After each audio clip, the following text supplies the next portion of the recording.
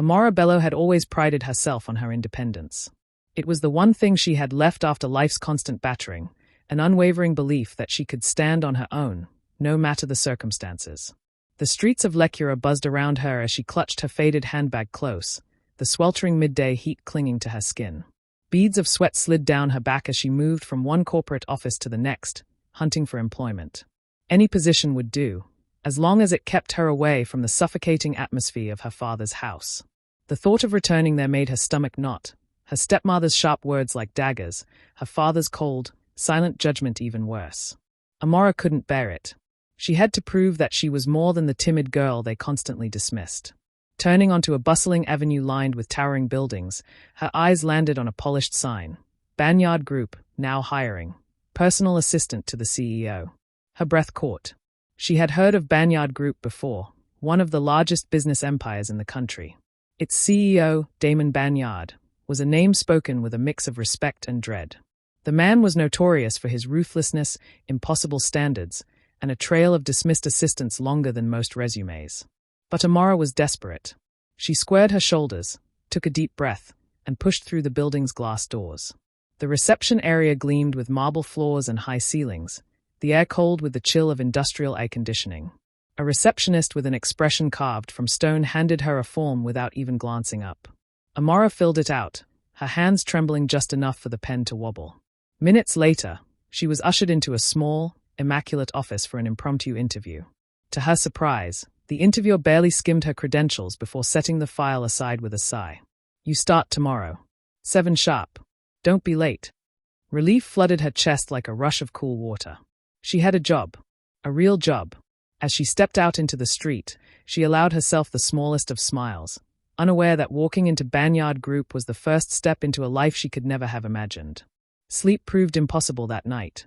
Amara stayed up until the early hours, researching everything she could about the company and its elusive CEO. By 6:30 the next morning, she stood outside the imposing glass tower again, dressed in her neatly pressed, though slightly worn, blouse and skirt. The lobby buzzed with activity as employees streamed in, all moving with the brisk determination of people with somewhere important to be. After asking for directions, she was led by Mrs. Jada, an elderly secretary with warm eyes, to a set of double doors. "Don't let him scare you," Mrs. Jada whispered with a knowing smile before pushing the door open. Behind a massive mahogany desk sat Damon Banyard, his sharp gaze fixed on a stack of documents. He didn't look up when she stepped inside. "You're late," he said coolly, though she was precisely on time. "Grab those files and start taking notes. If you can't keep up, leave now." Her hands shook as she fumbled with the papers, scrambling to follow his rapid instructions. She knocked over a pen holder, stumbled over unfamiliar business terms, and even tripped on the edge of the carpet. Damon's irritated sigh filled the room. "I don't have time for incompetence," he muttered under his breath. Tears stung the backs of Amara's eyes, but she swallowed them down. She needed this job. She wouldn't let him push her out so easily. Straightening her spine, she focused harder, determined to prove herself. Days stretched into weeks. She still made mistakes but was learning quickly, guided quietly by Mrs. Jada's mentoring. Damon, however, remained distant, never once using her name, simply calling her assistant. Then one morning, everything changed. Amara walked into the office with a faint bruise blooming on her cheek and a cut on her lip. The night before, on her way home, a group of street thieves had cornered her. She fought back but hadn't escaped unscathed. She kept her head down, hoping no one would notice. But when Damon entered and his eyes fell on her injuries, he froze mid-step. His voice dropped to something cold, dangerous. "Who did this to you?" She hesitated. "It's nothing, sir. Just some guys on the street." For the first time since she'd met him, Damon Banyard looked at her as though she was more than just an employee. The streets of Lecura were rarely safe after dark, but Amara had always relied on her instincts. She didn't own a car yet, and her modest one-bedroom apartment was only a few blocks from the office. Most nights she hurried home before the streets emptied, but that evening she had stayed late organizing Damon's files for an early morning meeting. By the time she stepped outside, the air was heavy and still, the sidewalks almost deserted. She had gone no more than 2 blocks when a prickle of unease crawled up her spine. The faint rhythm of footsteps echoed behind her. A quick glance confirmed her fear. 3 men trailing her, their eyes gleaming with intent. "Hey, fine girl," one called out, stepping into her path. Where you rushing to? Amara's heartbeat spiked. Please. I don't have anything valuable, she stammered, hoping they'd just take her bag and leave. One lunged for her purse. Instinct flared. She rammed her elbow into his ribs, spinning to kick another in the shin. But she was outnumbered. The third man caught her by the hair and struck her across the face, sending her sprawling onto the rough pavement. Her cheek burned, her vision swam. She barely registered their mocking laughter as they tore her bag away and vanished into the shadows. Dazed, she touched her face and felt the wet warmth of blood. The swelling around her eye throbbed with every breath. Somehow, she made it back to her apartment, locked the door, and collapsed onto her bed. The tears came hard and fast. She had no one to call, no one to hold her, no one to tell her she'd be all right. The loneliness hit harder than the blows had. The next morning, she dabbed on makeup to hide the worst of it, but the swelling made any attempt futile. Still, she refused to miss work. Keeping her head down, she slipped into the office. Damon was mid-signature when he glanced up, and froze.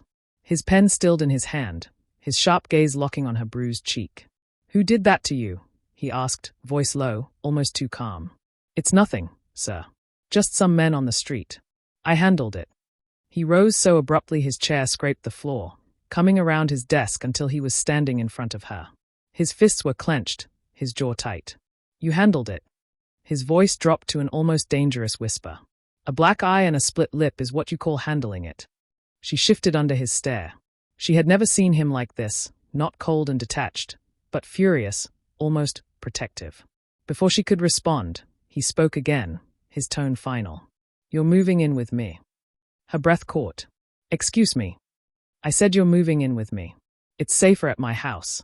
No arguments." Too stunned to respond, Amara found herself ushered into his sleek black sedan minutes later. Damon's driver was sent to follow with her belongings. He drove in silence, his eyes flicking toward her bruised face, his hands tightening on the wheel. They stopped outside her rundown apartment building. Damon leaned back in his seat, his gaze sweeping over the cracked walls and broken balcony rails. "This is where you live. No wonder you got robbed. It's a death trap." She bit back the urge to defend herself. She knew it wasn't much, but it was all she could afford. Inside, she packed quickly, clothes, a few books, and a small framed photograph of her late mother. She refused to leave without it. When she emerged, Damon eyed her single small bag with raised brows. "That's all?" "Yes," she said simply, holding the photo close. He shook his head but didn't press. "Fine. Let's go. You have a lot to get used to." As the car pulled away, Amara glanced back at her apartment for the last time, wondering just what she had agreed to. The guest room was something out of a luxury magazine: vaulted ceilings, a walk-in closet, and a bathroom bigger than her entire apartment. Amara barely had time to take it all in before a sharp knock sounded at the door. "Get dressed," Damon's voice called through. "We're going out." She frowned. "Where to?" "Shopping. You need clothes." Amara wanted to protest. She had just unpacked the little she owned, but she already knew it was pointless to argue. Minutes later, she was back in the car, watching Lecura's streets blur past as they headed to one of the city's most exclusive boutiques. The moment they walked inside, attendants nearly stumbled over themselves to greet him. Damon leaned against a velvet-lined lounge chair while Amara was whisked into the changing rooms with armfuls of clothing, flowing dresses, casual separates, even delicate silk lounge sets that made her cheeks warm. "This is unnecessary," she muttered, eyeing a deep red gown draped across her arms. "Just try them on," he replied lazily from outside. With a resigned sigh, she slipped into the gown. The fabric slid over her like water, clinging in all the right places. Taking a hesitant step into the open, she braced herself for his usual indifferent remark. Instead, something shifted. Damon's gaze swept over her, lingering, his usual mask faltering for a fraction of a second. The grip on his tumbler tightened. For an instant, he looked almost captivated. "What?" she asked, uneasy. "Do I look ridiculous?" His eyes flicked away too quickly. "It's fine. Pick whatever you want." But she wasn't fooled. Something had cracked in his carefully composed facade. The ride back to the mansion was thick with unspoken tension. Amara sat silently beside bags of clothing while Damon's hands gripped the steering wheel like he was holding himself back from something. "Did I do something wrong?" she asked finally. "No. Then why do you look like you're angry?" "I'm not angry," he said, though his jaw was set. He didn't explain, couldn't explain. that seeing her in that gown, and the way the boutique staff had stolen glances at her, had ignited a possessive streak he didn't want to acknowledge. Back at the mansion, the house felt cavernous and cold. She noticed the staff's curious stares as they passed. They whispered speculation trailing in her wake. Damon showed her to an elegant suite. "You'll stay here," he said, his tone brooking no argument. "Are you sure? I could find somewhere else." "I said you'll stay here. It's safer." Amara nodded, swallowing her pride. She set her small framed photo of her mother on the nightstand, a familiar anchor in an unfamiliar world. At dinner that night, the long table between them felt more like a gulf. The food was exquisite, but the silence was heavier than the chandelier above. "So, do you plan to just sit there quietly all evening?" Damon asked at last, sipping his wine. "I didn't realize I was supposed to entertain you," she replied evenly. His mouth twitched, almost amused. "You're always so defensive. And you're always so arrogant," she shot back before she could stop herself. Silence. For a moment she thought she had overstepped, but then Damon chuckled low in his throat. It was the first genuine smile she'd seen from him, and oddly, it was more unsettling than his usual icy demeanor. "At least you're honest," he said, leaning back. "That's Ray." Amara looked away, her pulse quickening for reasons she refused to name. Life in Damon Banyard's mansion was an adjustment Amara hadn't prepared for. He was everywhere without really being there, watching from a distance, his expression unreadable. It unnerved her. She told herself he was only being protective because she lived under his roof, but there were moments when his eyes lingered too long, moments that made her wonder. One afternoon, her phone buzzed with a call from Caleb, an old friend from university who now worked in finance. He'd heard she was in the city and suggested they catch up over lunch. It had been months since she'd seen anyone outside of work, so she agreed. The next morning, as she slipped on her shoes by the front door, Damon's voice cut through the air like a blade. "You're going out?" "Yes," she replied without looking up. "Meeting a friend." "What friend?" His tone was sharper than it needed to be. "Caleb. We studied together." His brow furrowed. "A man?" Amara straightened, meeting his gaze. "Why does that matter?" He didn't answer. Instead, he grabbed his coat and strode out, leaving a cold draft in his wake. When she returned that evening, the shift in the air was immediate. Damon was quiet, too quiet. His mood was frosted over, his replies clipped and impersonal. By the next day, the tension had grown unbearable. In the office, she kept her head down, but she could feel him watching her from his corner desk. She wasn't about to be intimidated into changing her life. Later that week, she overheard him on the phone in his study, his voice low but unmistakably tense. "No. No security detail. I'll handle it myself." Her brows knit. Was he talking about her? And if so, why did he make it sound like protecting her was an inconvenience? Enough was enough. She knocked once before pushing open his office door. "If you have something to say, just say it. You've been acting strange since yesterday." His eyes lifted from the desk, unreadable. "I don't like being questioned, Amara." She crossed her arms. "And I don't like being treated like I'm a problem you can't solve." His lips pressed into a thin line. "Go to bed, Amara." "Coward," she muttered, turning on her heel. The following evening, she learned from the butler that Damon had a reservation at one of Lecura's elite lounges, for two. So that was how he dealt with his moods, a glamorous night with some socialite. When he came down the stairs in a black suit, he radiated effortless power. "Don't wait up," he said casually. "Trust me, I won't," she replied with a smirk. Hours later, Damon was sitting in the dimly lit lounge across from a beautiful woman who laughed at all the right moments, leaning in just enough to suggest interest. Yet he felt nothing. Her perfume was wrong, her smile too rehearsed, her presence hollow. Barely 2 hours in, he left. When he stepped into the mansion, Amara was curled up on the couch watching a movie. She barely looked at him. "Done proving your point?" she asked lightly. "I don't know what you're talking about." "Of course you don't. Good night, Damon." And just like that, she left him standing in the living room, completely off balance, a place he hated to be. Amara had never liked the idea of relying on someone else for transportation. When Damon suggested his driver take her wherever she needed to go, she refused outright. The thought of being chauffeured around like a kept woman, or worse, a prisoner in his home, made her skin prickle. But one warm evening, she deeply regretted her stubbornness. She had gone to the neighborhood market for a few personal items. The air was thick with the smell of spices and roasting meat, and vendors called out their prices as she weaved through the narrow aisles. With her purchases tucked under her arm, she stepped toward the roadside to hail a cab. That's when a black SUV rolled to a slow stop beside her. Before she could react, two men jumped out. Their hands clamped onto her arms with bruising force. "Let me go," she screamed, kicking and thrashing, her heart hammering against her ribs. Panic surged as she realized how empty the street had become. Suddenly, the screech of tires cut through the air. Another car pulled up sharply behind them. Damon. She had never seen him move so fast.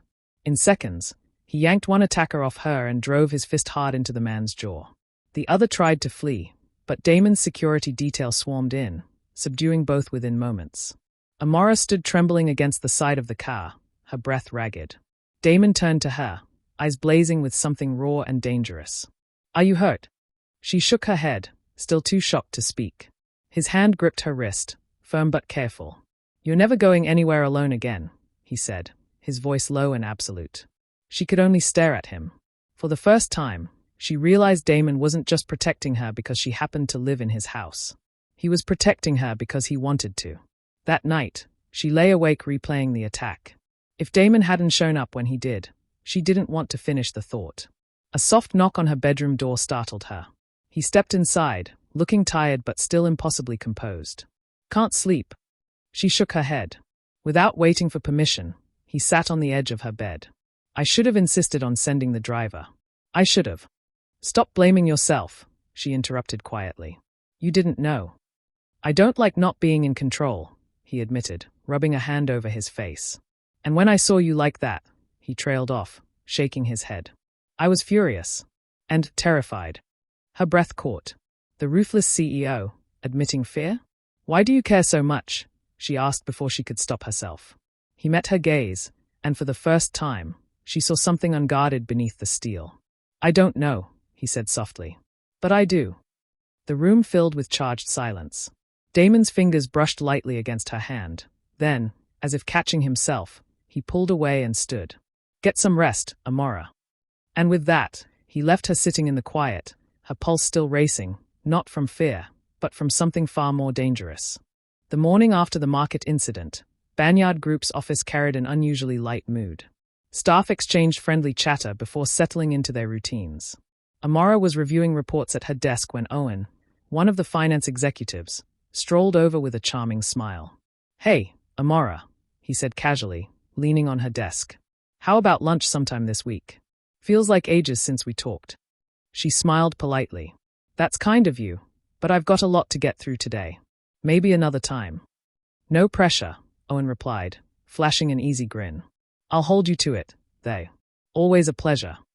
Before she could respond, the sharp scrape of a chair echoed through the room. Damon stood in the doorway of his office, his gaze fixed on Owen with a glare cold enough to strip paint. "Don't you have work to do, Owen?" Damon's voice was dangerously quiet. The executive blinked. "Ah, yes, sir. I was just." "Then do it. Now." Owen hesitated only a moment before offering Amora a faint smile and retreating. Damon's eyes shifted to her, his tone clipped. "This is a workplace, not a social club." Her brows shot up. "Excuse me. You're here to work, not entertain suitors." Heat surged in her chest. She grabbed her files, marched into his office, and shut the door firmly behind her. "What the hell was that?" "I don't know what you mean." "You humiliated me in front of everyone because a colleague asked me to lunch." "He was flirting with you," Damon said flatly. She glared at him. "And if he was? I'm allowed to have conversations, Damon. Or do you control that too?" His silence was telling. "Oh my God," she breathed, realization dawning. "You're actually jealous." "You're imagining things," he muttered, though his jaw tightened. "Am I? You can take other women out, but I can't even talk to a friend." "I don't want to have this conversation," he snapped, turning away. "That's the problem," she said, her voice rising. "You never want to talk about anything that makes you face your feelings." She spun toward the door. His voice stopped her cold. "I don't like seeing you with other men." Amora froze. Her pulse thundered in her ears as she turned back to him. His expression was raw, almost vulnerable. Before she could respond, he looked away, the moment passing as quickly as it came. That weekend, Damon buried himself in a string of late nights out, expensive lounges, dinner with beautiful women whose company he barely registered. One evening, he even brought a model back to his penthouse suite, her laughter echoing in the high ceilings as she draped herself over him. But when her lips touched his, something in him recoiled. "What's wrong?" she asked, frowning. "I'm tired," he said shortly. "You should go." When she left, he sat in silence, hands pressed to his temples. No matter how hard he tried, every face blurred into hers. Every laugh sounded hollow compared to hers. And the truth he'd been avoiding crashed down. He didn't want anyone else. The air inside the Ashworth estate was unusually tense that afternoon. Damon had been gone most of the day, taking calls in his study and pacing like a caged animal. Amara had busied herself in the conservatory, pruning the orchids Damon had bought her weeks earlier. She was determined to stay out of his way, but peace never lasted long in that house. The sound of heels striking the marble announced Eleanor's arrival. Damon's mother swept into the room, every step radiating authority. Her gaze landed on Amara like a hawk spotting prey. "I see you're still here," Eleanor said coolly.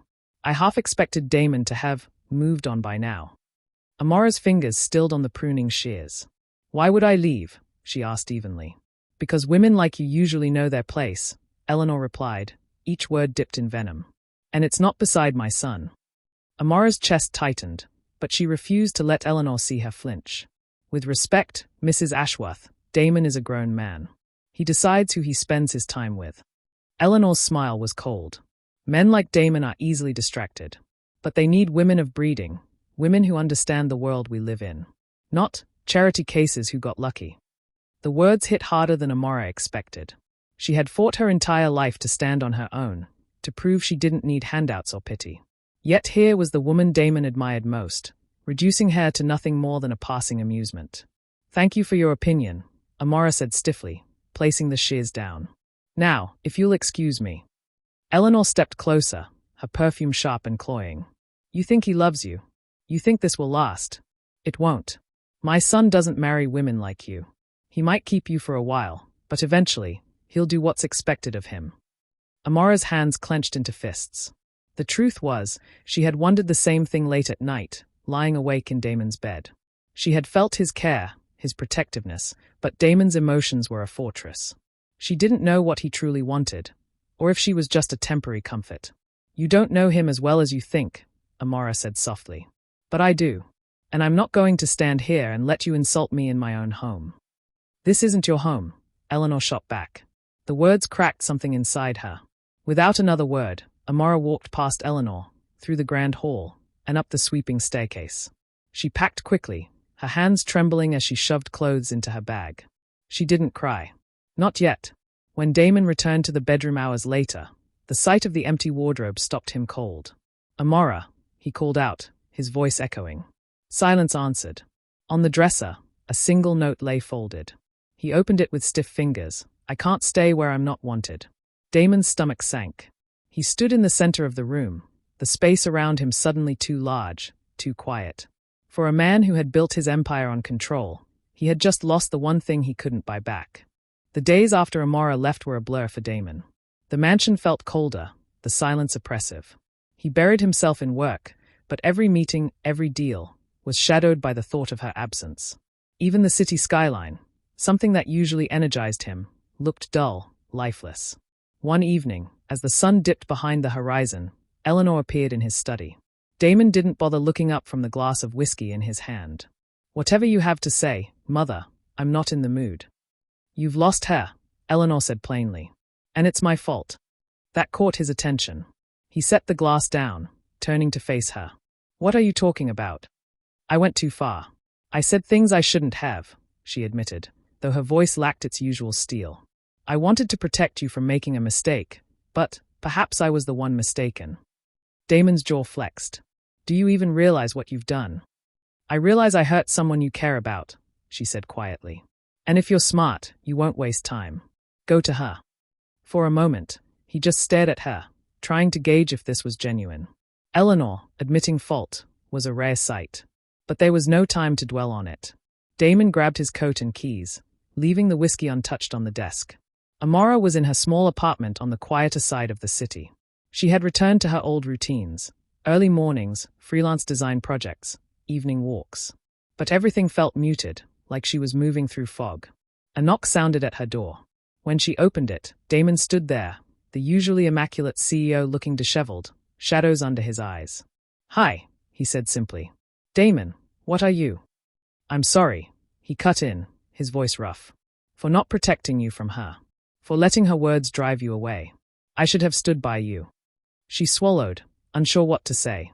"I don't care what anyone thinks, Amora. I want you. Not because you fit into some perfect image. Not because it's convenient. I want you because without you, nothing means anything." Her chest tightened. "Damon." He stepped closer. "Come back. Not to the mansion. To me." For a long moment, she searched his face. There was no mask, no calculated charm, only sincerity. Slowly, she nodded. The wedding was small, elegant, and nothing like Eleanor had once imagined for her son. And yet, she was there, offering Amora a genuine smile as she adjusted the bride's veil. The truce was unspoken but real. As they stood on the balcony later that night, the city lights stretching endlessly before them, Damon wrapped his arms around her from behind. "Happy," he murmured. She leaned into him, her heart steady for the first time in months. "More than I ever thought possible." Damon pressed a kiss to her temple. "Good, because I'm never letting you go again." And for the first time, Amora believed him completely.